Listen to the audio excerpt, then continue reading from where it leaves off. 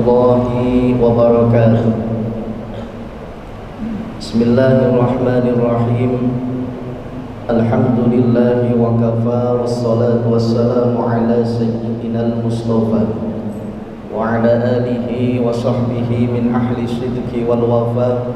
Allahumma salli wa sallim ala sayyidina Muhammad wa ala alihi wa sahbihi ajma'in. La hawla wa la quwwata illa billahil aliyyil azim. Amma ba'du. Jamaah sholat zuhur Masjid Abu Bakar As-Segaf, Kampus Universitas Islam Sultan Agung rahimakumullah.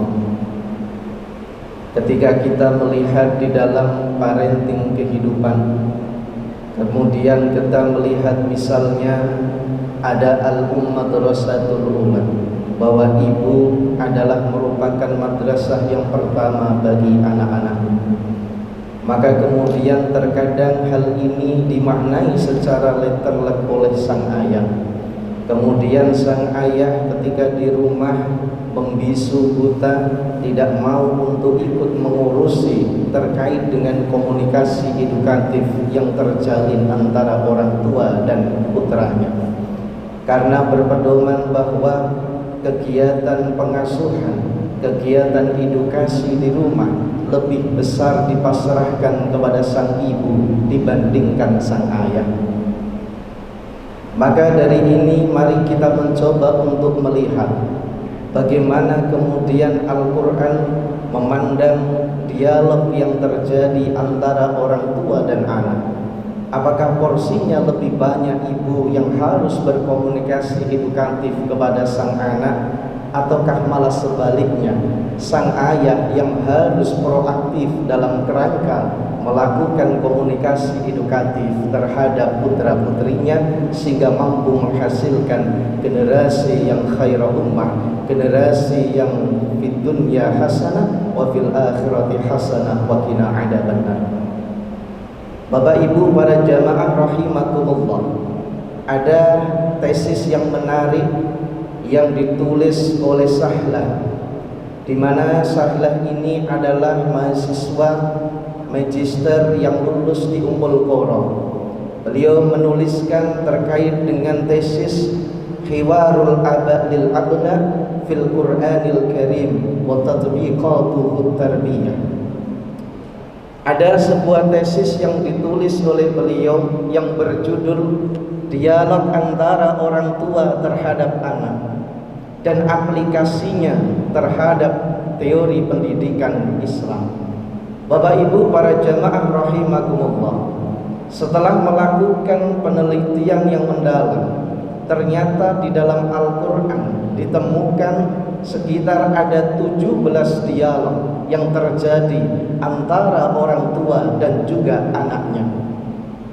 Ada satu dialog di Al-Quran yang menceritakan dan menggambarkan adanya orang tua lengkap ayah dan ibu melakukan proses komunikasi edukatif terhadap putranya. Ada 2 ayat yang menjelaskan cerita tentang komunikasi yang dibangun oleh ibu terhadap anaknya, dan uniknya ada 14 ayat yang terjadi komunikasi antara sang ayah terhadap anaknya. Artinya di dalam Al-Quran lebih banyak porsi dialog yang terjadi antara ayah terhadap putranya.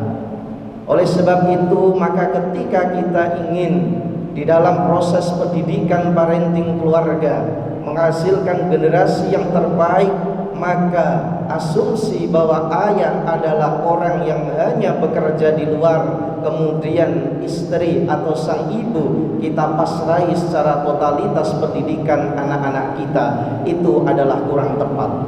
Sebab sebagaimanapun adanya, ayah merupakan tulang punggung keluarga sekaligus kepala keluarga, yang walaupun di luar bekerja, maka sampai rumah pun jangan sampai kita melalaikan pendidikan kepada anak-anak kita, khususnya terkait dengan komunikasi edukatif yang harus terbangun.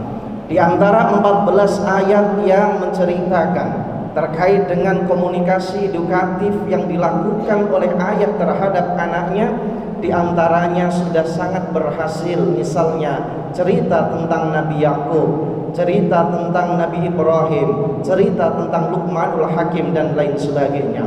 Yang ketika kemudian kita lihat keberhasilan di dalam edukasi terhadap putra-putrinya, karena materi muatan yang diberikan oleh sang ayah terhadap anaknya adalah berfokus kepada masalah tauhid.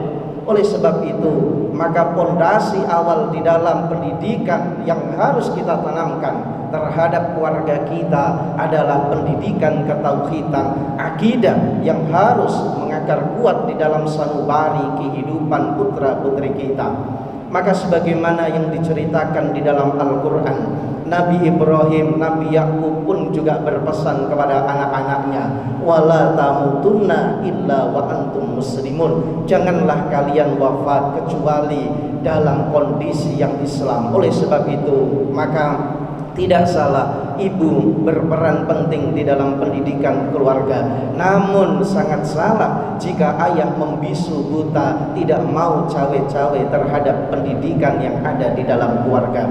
Oleh sebab itu, di dalam menghasilkan generasi yang baik, marilah kita sebagai sang ayah untuk kemudian melakukan komunikasi edukatif yang baik terhadap putra-putri kita, khususnya kita berikan materi muatan terkait dengan akidah, sehingga akan menghasilkan generasi yang insya Allah qurrata a'yun. Amin Allahumma amin. Demikian dari kami, kurang dan lebihnya mohon maaf. Wallahul muwafiq ila aqwamit thoriq. Assalamualaikum warahmatullahi wabarakatuh.